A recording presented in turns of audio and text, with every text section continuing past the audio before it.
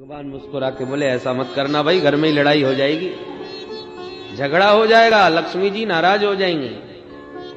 तो पृथु महाराज ने भी कहा सरकार हमें विश्वास है, यह जगत जननी माता लक्ष्मी से हमारा कलह हो भी गया, झगड़ा कदाचित हो गया, तो आप तो हमारे ही पक्ष में रहोगे, क्योंकि मैं आपके स्वभाव को खूब अच्छी तरह जानता हूं कि जितने प्यारे आपको अपने भक्त लगते हैं उतनी भगवती लक्ष्मी भी नहीं, भले ही वो आपकी प्राण प्रिया होंगी।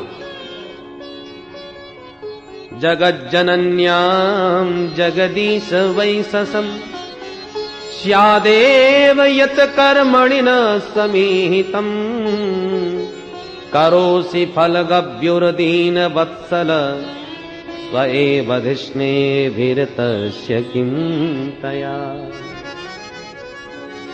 जगत जनन्याम जगदीश वैससम, कदाचित जगत जननी से हमारा कोई विरोध हो गया सेवा के लिए आपको लेकर, तो आप अपने भक्तों के ही पक्ष में रहेंगे। दिव्य प्रभु भगवान की भावना से प्रसन्न होकर के प्रभु अंतर्धान हो गए। पृथु महाराज ने धर्म की ध्वजा चारों तरफ स्थापित करी, एक बार सारी प्रजा को बुला करके अपने पास बैठाया और प्रजाजनों को संबोधन करते हुए बोले देखो भाई प्रजा सभ्या शृणुतु भद्रम वः साधवो यहागता। अरे सज्जन पुरुषों, मैंने आप सबको इसलिए बुलाया है कि प्रजा का कर्तव्य है राजा को कर दे। जो राजा कर लगाते हैं नियमानुसार प्रजा वह कर राजा को प्रदान करे। राजा का कर्तव्य है कि प्रजा से कर लेकर के प्रजा को सुरक्षा और धर्म की व्यवस्था प्रदान करे। जो राजा कर तो अनाप शनाप लगाता है और कर के बदले में धर्म की कोई शिक्षा और सुरक्षा किसी प्रकार की प्रजा को नहीं देता, वो राजा कर के रूप में प्रजा का पाप भक्षण करता है। यह उद्धरेत करम राजा प्रजा धर्मे स्वशिक्षयन प्रजानाम समलम भुंक्ते भगम च स्वम जहाति सह। उस राजा का ऐश्वर्य क्षीण हो जाता है जो प्रजा को धर्म का उपदेश नहीं देता, प्रजा के धर्म की रक्षा नहीं करता। बड़ा सुंदर उपदेश अपनी प्रजा को दे रहे थे। इतने में अचानक आकाश मंडल से ऐसा लगा जैसे 4 सूर्य नारायण प्रकट हो गए, अथवा मानो चारों वेद मूर्तिमंत मानव के रूप में प्रकट हो गए हों। ऐसे 4 ऋषि सनक सनंदन सनातन सनत कुमार सबके बीच प्रकट भये। तुरंत प्रणाम किया पृथु महाराज ने। सारी प्रजा ने उन 4 महापुरुषों का सम्मान किया। पूजनोपरांत पृथु महाराज पूछने लगे, महाराज क्या सेवा की जाए? मैं आपसे कुशलता का प्रश्न तो कर नहीं सकता कि महाराज जी आप कैसे हो, संतों से नहीं पूछना चाहिए। क्यों? कुशलता का प्रश्न वहां किया जाता है जहां कभी अकुशल होने की भी संभावना हो। आज परेशान है, कल सुखी है, तो संसारियों में ये लगा रहता है कि आज भी वो बीमार है, आज वहां ये घटना हो गई, आज उसमें फंस के चारों तरफ प्रपंचों में जूझते रहते। पर जो हर समय ब्रह्मानंद में मस्त हैं, ऐसे ब्रह्म ज्ञानियों से क्या कुशलता का प्रश्न करना, क्योंकि उनके जीवन में अकुशलता कभी आती ही नहीं, वो हमेशा कुशल ही रहते हैं। इसलिए भवत्सु कुशलः प्रश्न आत्मा रामेषु नेष्यते। आप जैसे आत्मा रामों से कुशलता का प्रश्न करना उचित नहीं। जिस गृहस्थ के घर में आप जैसे संतों का पदार्पण हो जाए तो वो अकिंचन का भी घर हो तब भी महान है, श्रेष्ठ है, उत्तम है। और यदि घर में चाहे जितने रत्नों के भंडार खजाने भरे पड़े हों और आप जैसे संतों का चरणोदक कभी नहीं पड़ा उस भवन में, तो वो घर उसी प्रकार से है जैसे फलों से लदा हुआ वृक्ष तो है पर बड़े बड़े नागों से लिपटा हुआ है। व्यालालयद्रुमा वैते प्यरिक्ताखिल संपद तद्ग्रहास्तीर्थ पादीय पाद तीर्थ विवर्जिता संतों का चरण जो गिरता है, चरणों का जल जो गिरता है, उसी को पाद तीर्थ कहते हैं। पाद तीर्थ विवर्जिता, जिस घर में संतों का चरणोदक नहीं गिरा वो घर क्या है? व्यालालयत द्रुमावैते, सर्पों से लिपटा हुआ वृक्ष है। सर्पों के डर के मारे न तो उस वृक्ष के नीचे कोई छांव लेने जा सकता है, न निश्चिंत होकर सो सकता है, न उस वृक्ष के फल ही खा सकता है। क्या मतलब का वो फलदार वृक्ष? उसी प्रकार धन संपदा चाहे जितनी भरी पड़ी हो, पर संतों का सम्मान नहीं, संतों का चरणोदक नहीं, वो व्यर्थ है। पृथु महाराज ने बड़ा अद्भुत स्वागत किया और कहा, महाराज हमारे कल्याण का कोई मार्ग हमें बताइए। तब श्री सनत कुमार जी बोले, राजन, जब सज्जन पुरुषों से भेंट होती है ना, तो समाज के कल्याण की ही चर्चा होती है। तुमने ये प्रश्न समस्त अपनी प्रजाजनों के कल्याणार्थ किया है, तो ध्यान से सुन लीजिए। हम समस्त शास्त्रों का सार निचोड़ तुम्हें एक शब्द में सुनाई देते हैं। शास्त्रे स्वयानेव सुनिश्चितो नृणाम् क्षेमस्य सदृग् ब्रह्मसे सुहेतु असंग आत्म व्यतिरिक्त आत्मनि दृढ़ा रतिर्ब्रह्मणि निर्गुणे चया। शास्त्रेषु सदृग् ब्रह्मसेषु नृणाम क्षेमस्य यानैव सुनिश्चितः। समस्त शास्त्रों का अच्छी तरह मंथन करने के बाद प्राणी मात्र के कल्याण का एक ही उपाय सुनिश्चित किया गया है। क्या?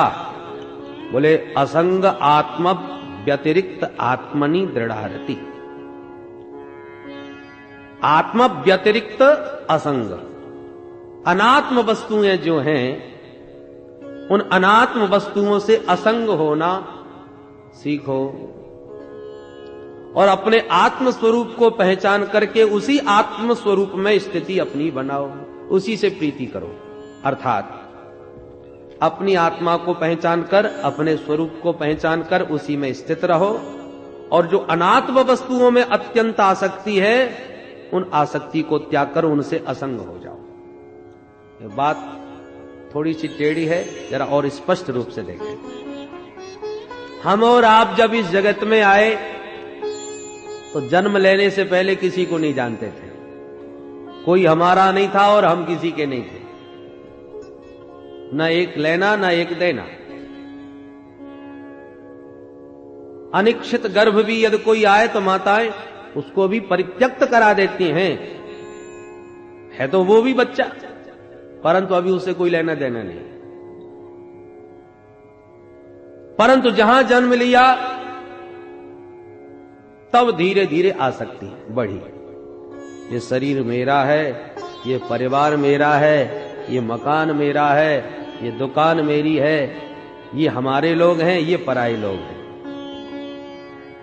अब एक क्षण पहले कोई किसी का नहीं था और अब जन्म लेते ही सब ये भेद उत्पन्न हो गए। तो ये सब अनात्म वस्तुएं हैं।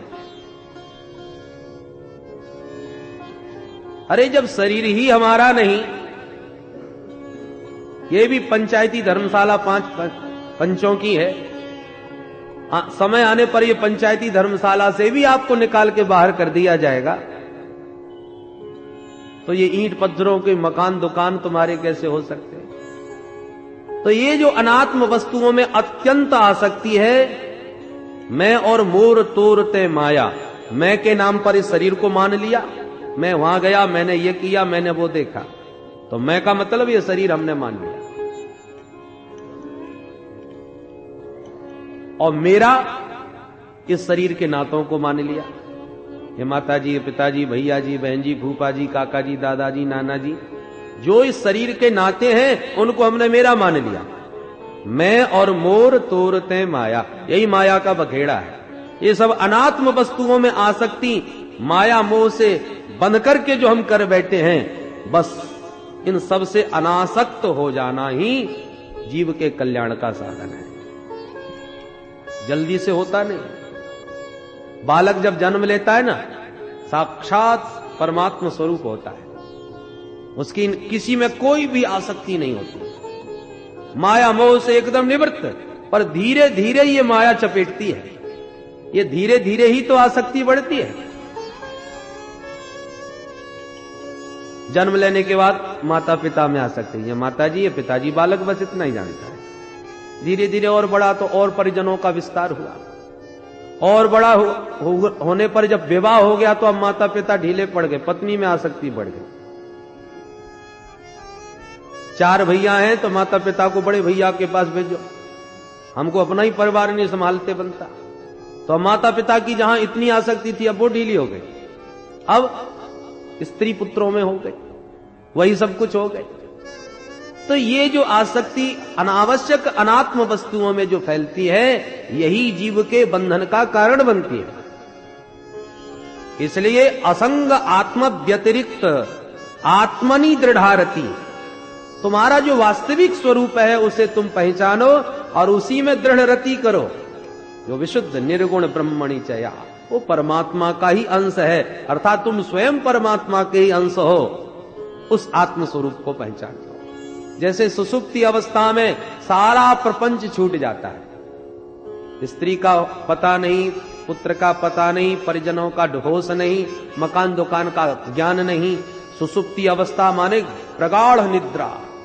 तो जैसे प्रगाढ़ निद्रा में सारा प्रपंच छूट जाता है, तो जगने के बाद हम कितने प्रसन्न होकर के कहते आज बड़ी प्यारी नींद आई भैया, इतना सुख मिला, इतना आनंद मिला, पता ही नहीं चला कि कब सवेरा हो गया। अब जरा बताइए, उस समय न तो कुछ खाने को मिला था, न कोई बहुत प्यारा मित्र मिला था, न कुछ देखने को दृश्य मिला था। जब कुछ भी नहीं मिला था तो फिर आनंद कैसे मिला? क्योंकि तुम स्वयं आनंद स्वरूप ही हो। प्रपंच पैदा हुआ कि आनंद छूट गया, और प्रपंच की विस्मृति हुई कि तुम्हारा जो सहज आनंद स्वरूप है वो प्रकट हो गया। और वो सहज आनंद स्वरूप सुसुप्ति अवस्था में जीव को अनुभव में आता है। तो आत्मनि दृढ़ारति, उसी आत्म स्वरूप में अपने को स्थित कर लो। महात्मा समाधि में क्या करते हैं? कुछ भी खाने पीने को तो नहीं मिलता, और समाधि में वो कौन सा आनंद मिलता है कि आंख खोलना नहीं चाहते। शंकर बाबा की समाधि लग गई तो कामदेव परेशान हो गए समाधि को छुड़ाने के लिए। अंत में ज्यादा प्रपंच फैलाया तो बाबा को क्रोध ही आ गया और काम को भस्म ही कर दिया। कौन सा वो आनंद है जिसको छोड़ना नहीं चाह रहे भोलेनाथ? ये वही अपने आत्म स्वरूप का आनंद है।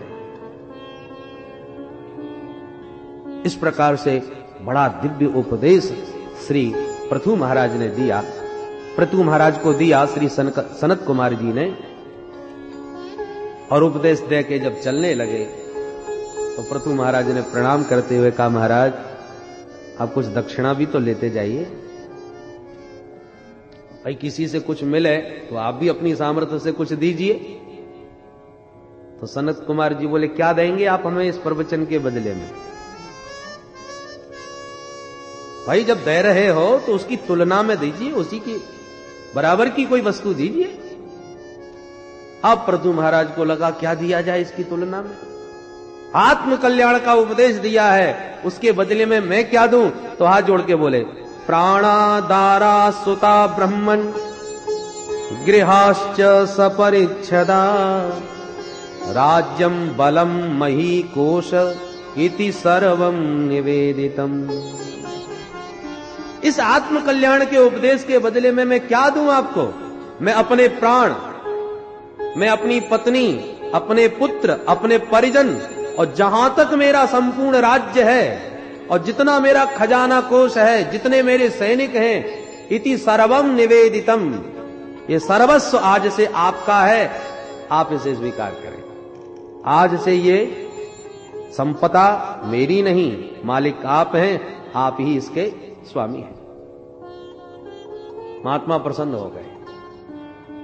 सनत कुमार जी बोले, अच्छा तो ये आज से हम सबके स्वामी, ये सारा संपत्ति वैभव हमारा? हां सरकार। तुम भी हमारे? हां सरकार। तो ठीक है, ये संपत्ति सब हमारी है और इसकी व्यवस्था की जिम्मेदारी हम तुम्हें सौंप रहे हैं। अब हमारी संपत्ति का दायित्व तुम संभालोगे ध्यान रखना, संपत्ति हमारी है, व्यवस्था तुम्हें संभालनी है, लो संभालो। और वही पृथु महाराज को सौंप करके महात्मा अंतर्धान हो गए। बोल सद्गुरुदेव भगवान की। और गुरु शिष्य का स्वरूप ऐसा ही होना चाहिए। शिष्य ऐसा हो जो गुरुदेव को सर्वस्व समर्पण कर दे, मेरा कुछ नहीं, आप ही मालिक हो। पर सदगुरु भी ऐसा होना चाहिए, कूटी कौड़ी लेने की अपेक्षा न करे। जब शिष्य गुरु को सर्वस्व समर्पण कर देता है तो उसे यह ज्ञान हो जाता है कि यह संपत्ति मेरी नहीं, किसी और की है, मैं तो सेवक हूं। उसकी आसक्ति छूट जाती है। फिर वो मुनीम बन करके व्यवस्था बनाता है, मालिक बन के नहीं। बस यही तो विचारधारा बदलने की आवश्यकता है। व्यक्ति जब मालिक बन जाता है तो सुख दुख लाभ हानि में फंस जाता है। और मुनीम बन जाओ तो मालिक कोई और है, क्योंकि लाभ हानि का प्रभाव मालिक पर पड़ता है, मुनीम जी पर नहीं। तो सदगुरु को क्या चाहिए? गुरु माने बड़ा, लघु माने छोटा। बड़ा छोटे को देता है, छोटा बड़े को क्या देगा? यदि गुरु शिष्य से कुछ पाने की अपेक्षा करता है तो वो गुरु नहीं रह गया, वो तो लघु हो गया। शिष्य गुरु को दे रहा है तो देने वाला बड़ा होता है, लेने वाला तो छोटा हो गया। इसलिए ये सदगुरु का जो स्वरूप है वो सनत कुमार जी ने यहां दिखाया। अंतर्धान हो गए। श्री मैत्री मुनि कहते हैं, विदुर जी महाराज, इन्हीं के वंश में महाराज प्राचीन वरीही हुए।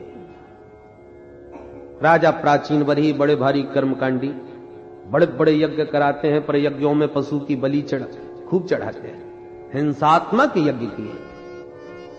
तो नारद जी महाराज ने एक दिन आकर के टोका, राजन जितने पशुओं को तुम बलिदान कर चुके हो वो सब देखो ऊपर खड़े। और जैसे ऊपर दृष्टि डाली तो सचमुच आंखें फाड़ फाड़ के वो सब जीव राजा की तरफ घूर रहे थे। राजा बोले, महाराज ये मेरी तरफ क्यों देख रहे हैं? बोले, इसलिए देख रहे हैं कि कब तुम मरो, कब तुमसे बदला लिया जाए। घबरा गए बेचारे। महाराज ये तो वैदिक विधान था और ब्राह्मणों ने, कर्मकांडियों ने ऐसा ही कहा था, तो हमने भी वैसा ही कर दिया। नारद जी बोले, गलत। अहिंसा को परम धर्म मानने वाला वेद कभी किसी की हिंसा का आदेश क्यों देगा? यदि शास्त्रों में हिंसा की बात लिखी है तो वो हिंसा निवृत्ति परक है, प्रवृत्ति परक नहीं। कैसे महाराज? जैसे किसी को बीड़ी पीने की आदत पड़ गई तो गुरुदेव ने पकड़ के डांटा, क्यों रे बीड़ी पीता है? मालूम नहीं आश्रम में निषेध है धूम्रपान। शिष्य बोला, गुरुजी मालूम है, पर क्या करें, आदत बिगड़ गई बचपन से, रहा नहीं जाता। तो गुरुदेव ने सोचा इसकी आदत कैसे रोकी जाए। बोले, अच्छा तो एक काम कर बेटा, हमारी तरफ से तुझे रविवार की छूट देते हैं, तू रविवार के दिन बीड़ी पी लिया कर। अब गुरुदेव को छूट इसलिए देनी पड़ी कि ये कभी मानने वाला तो है नहीं। सप्ताह में जब एक ही दिन पिएगा तब इसकी आदत कम हो जाएगी और धीरे धीरे वो आदत छूट जाएगी। और चेला ने क्या किया कि जो रविवार आया तो स्वयं तो पीता ही था, दूसरों को भी पिलाने लगा। सुनो सुनो, आज इतवार है, आज के दिन बीड़ी पीने का बड़ा महत्व है। किसी ने पूछा, ये कहां लिखा है? किसने कहा? बोले, हमारे गुरुजी ने, स्वयं हमारे गुरुजी ने कहा रविवार को बीड़ी पियो। अब गुरुजी ने तो कहा था आदत कम करवाने के लिए, और तुमने उसे प्रमाण पत्र बना के सबको ही पिलाना चालू कर दिया। परोक्ष बाधा वेदोयम बालानाम अनुशासन। वेद भगवान परोक्षवादी हैं। जब उन्होंने देखा कि जो हिंसा के बिना रह नहीं सकते उनको कैसे रोका जाए, तो उनको रोकने के लिए नियम बनाया कि भाई हिंसा करनी ही है तो अमुक यज्ञ के समय अमुक पशु का बलिदान कर दो। तो कोई मांस खाने के लिए या पशु का बलिदान करने के लिए तो यज्ञ नहीं करवाएगा। अरे जब इतना बड़ा यज्ञ होगा तब कोई एक हाथ पशु का बलिदान होगा, तो जो रोज रोज की बलि चढ़ रही है उस पर नियंत्रण हो गया कि नहीं? परंतु जो हिंसा के प्रेमी थे उन्होंने उसी को प्रमाण पत्र बना लिया। इसलिए वेदों का अधिकार सबको नहीं दिया। अल्पज्ञ प्राणी सांगोपांग वेद को न पढ़कर एकांगी कोई शब्द पकड़ लिया, अपने मतलब की बात ढूंढ ली और अर्थ की जगह अनर्थ करना चालू कर दिया। उसके तात्पर्यार्थ को तो समझा नहीं। एक जगह लिखा था वेद पढ़ना पाप है, वो सज्जन सबको दिखाने लगे, देखो देखो वेद की पुस्तक में लिखा है वेद पढ़ना पाप है। लोगों को पागल बना दिया। जब एक समझदार के पास आया, पढ़े लिखे के पास आया, उसने कहा भैया ऐसा हो नहीं सकता, लिखा हो। बोले लिखा है। दिखाया, सचमुच लिखा था, परंतु सबसे अंतिम लाइन में लिखा था। पन्ना पलट के जब देखा तो पीछे लिखा था अशौच अवस्था में। तो अशौच अवस्था में माने अपवित्र अवस्था में वेद पढ़ना पाप है। तो पीछे की बात तो छपा रखी है, वो आगे आगे की लाइन दिखा रहा है सबको, वेद पढ़ना पाप है, वेद पढ़ना पाप है। तो ऐसे लोग अर्थ का अनर्थ कर डालते हैं, लोगों को दिग्भ्रमित कर देते हैं। इसलिए सबको अधिकार वेदों का नहीं दिया, जिसका लोगों ने तमाम अर्थ लगा लिया।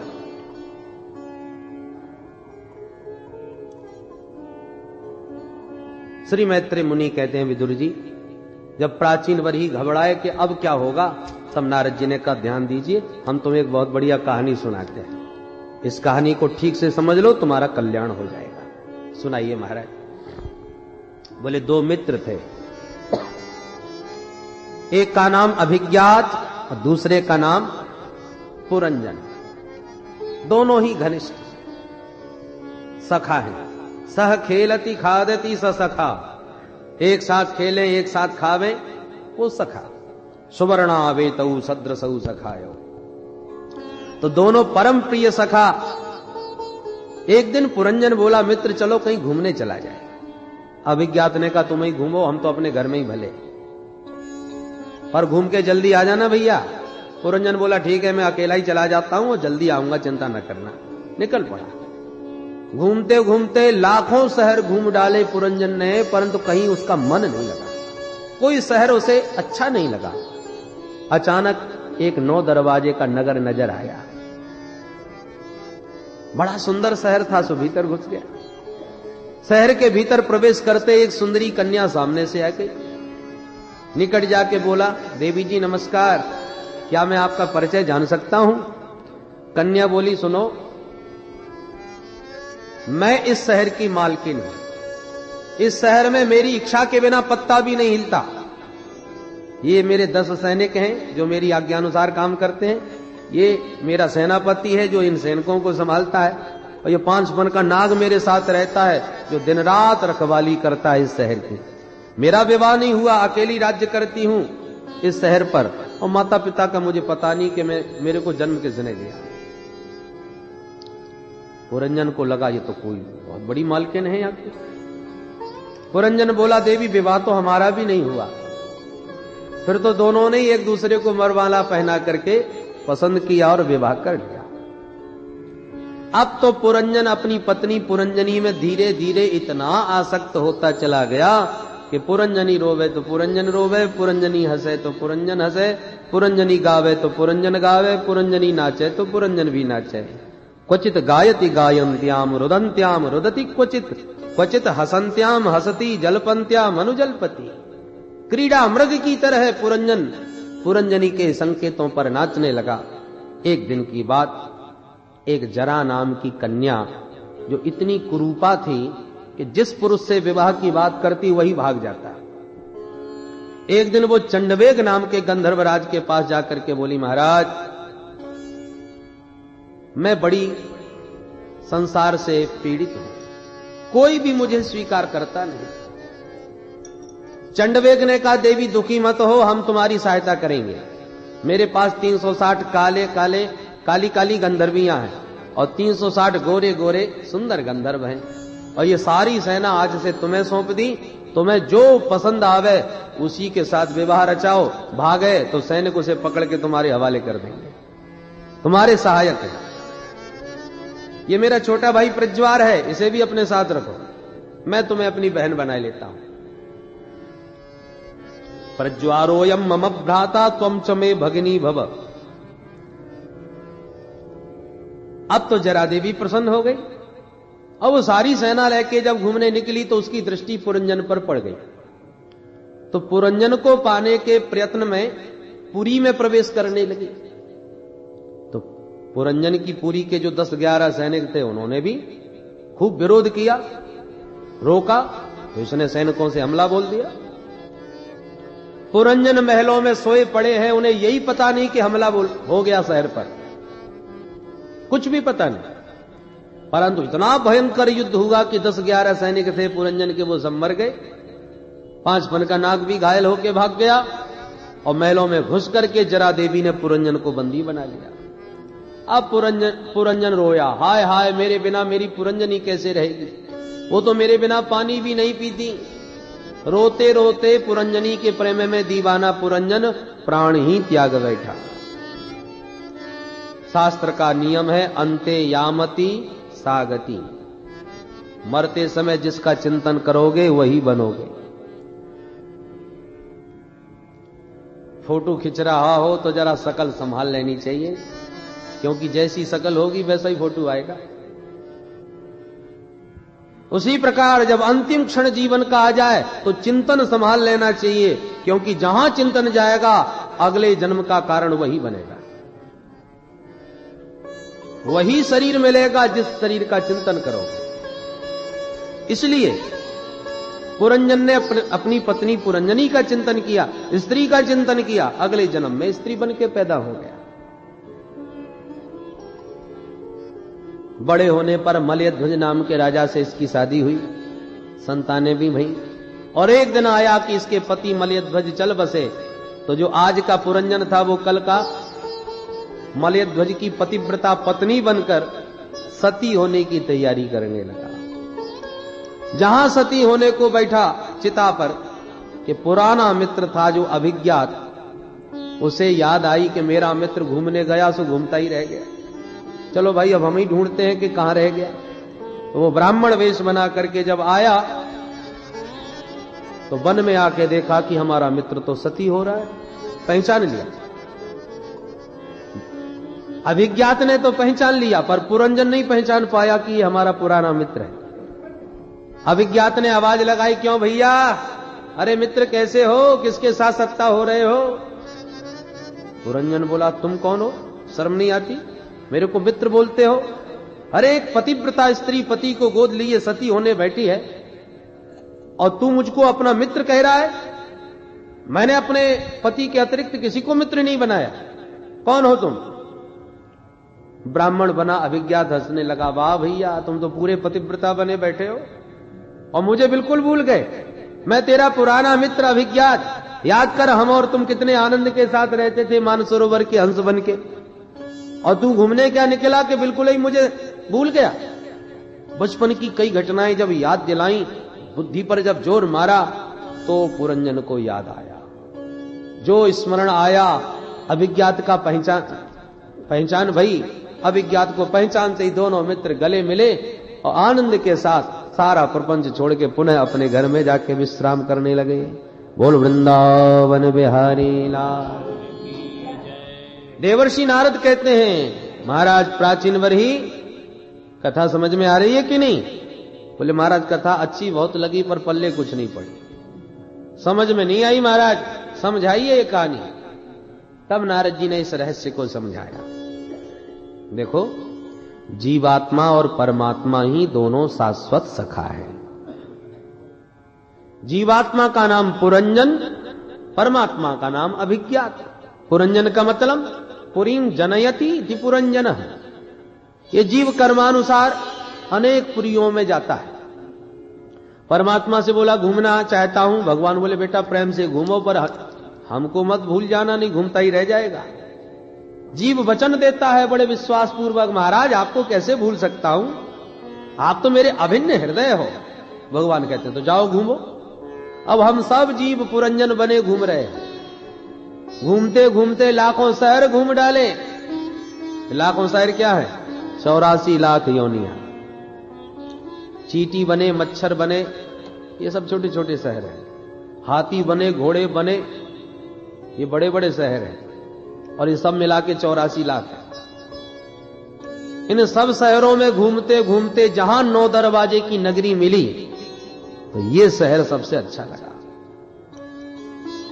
नवद्वार पुरे देही, ये 9 दरवाजे की पुरी मानव शरीर ही है। इस शहर में तो देखते ही मन खुश हो गया। बड़े भाग्य मानुष तनु पावा, बड़े भाग्य मानुष तनु पावा, सुर दुर्लभ सद्ग्रंथन गावा, सुर दुर्लभ सद्ग्रंथन गावा, साधन धाम मोक्ष कर द्वारा, साधन धाम मोक्ष कर द्वारा, पाए न जही परलोक समारा, पाए न जेहि परलोक समारा। बड़ा दिव्य सबसे सुंदर शहर है ये। जैसे ही नगर में प्रवेश किया तो सबसे पहले